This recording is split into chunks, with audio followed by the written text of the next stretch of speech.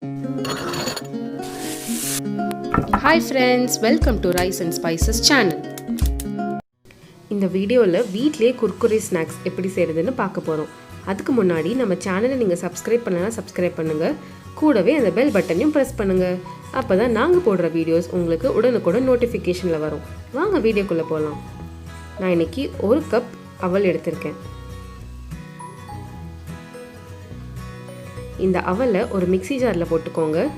போட்டு நல்லா அரைச்சிக்கோங்க. தண்ணி எதுவுமே சேர்க்காம அரைச்சிக்கோங்க.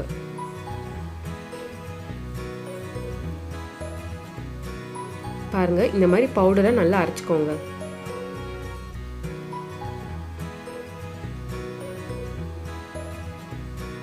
இப்போ இதை ஒரு பாத்திரத்தில் கொட்டிக்கோங்க.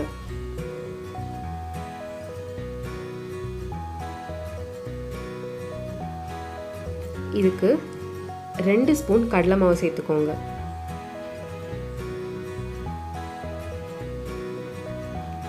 கடலை மாவு சேர்த்துட்டு எல்லாத்தையும் நல்லா கலந்து விட்டுக்கோங்க.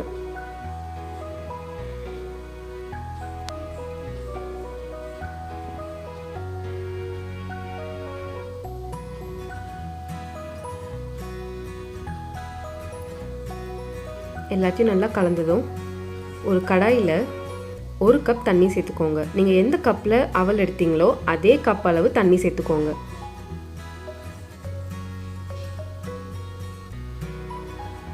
தேவையான அளவுக்கு உப்பு சேர்த்துக்கோங்க.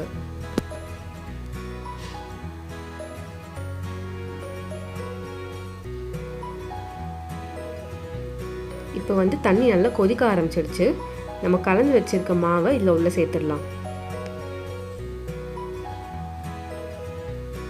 அடுப்பை ஆஃப் பண்ணிட்டு இந்த மாவை உள்ளே சேர்த்துக்கோங்க. மாவை கொஞ்சம் கொஞ்சமாக சேர்த்துட்டே இன்னொரு கையில் கலரி விட்டுட்டே இருங்க.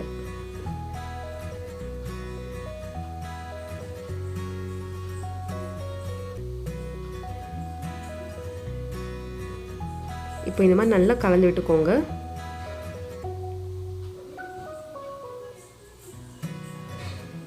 கட்டி எதுவும் இல்லாமல் மாவை கலரிட்டே இருங்க.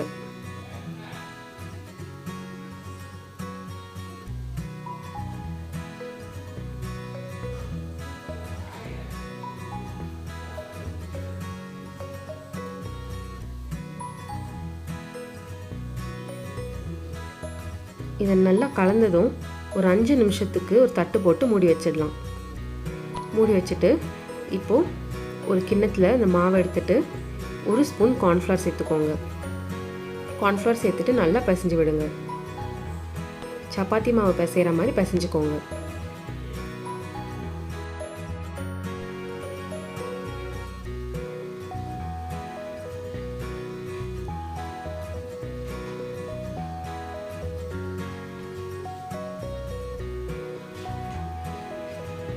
இப்போ இதில் கொஞ்சமாக எண்ணெய் சேர்த்துட்டு நல்லா பிசைஞ்சு விடுங்க.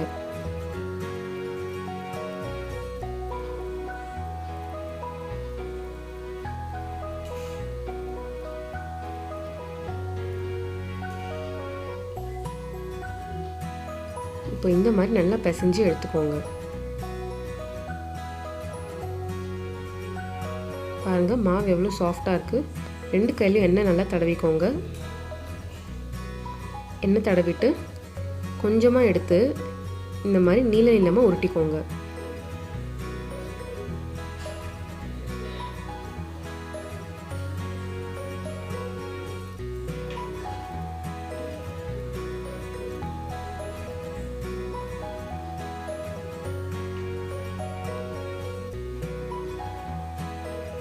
எல்லாத்தையும் உருட்டினதும் ஒரு கடாயில் தேவையான அளவுக்கு எண்ணெய் எடுத்துக்கோங்க.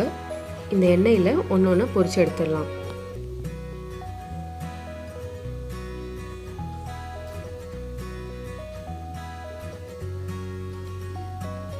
மீடியம் ஃப்ளேமில் வச்சு இது எல்லாத்தையும் பொன்னிறம் ஆற வரைக்கும் நல்லா பொரிச்சு எடுத்துக்கோங்க. தண்ணி ரொம்ப நிறைய இருந்ததுன்னா உங்களுக்கு இது சில நேரத்தில் வெளியே தெரிச்சிடும். அதனால் பார்த்து பொரிச்சு எடுத்துக்கோங்க.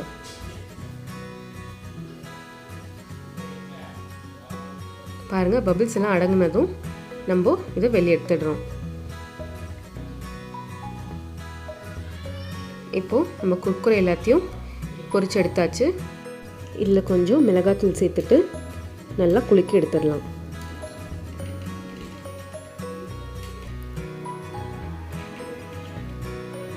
அவ்வளோதான் ஃப்ரெண்ட்ஸ், நம்ம வீட்டிலேயே குர்குரே சூப்பராக ரெடி பண்ணிட்டோம். இதை நீங்கள் அரிசி மாவில் கூட ட்ரை பண்ணி பார்க்கலாம். இந்த ரெசிபி வந்து குழந்தைங்களுக்கும் ரொம்ப பிடிக்கும். இதை வீட்டில் நீங்கள் ட்ரை பண்ணிவிட்டு எப்படி வந்துச்சுன்னு எனக்கு கமெண்ட் செக்ஷனில் கண்டிப்பாக சொல்லுங்கள்.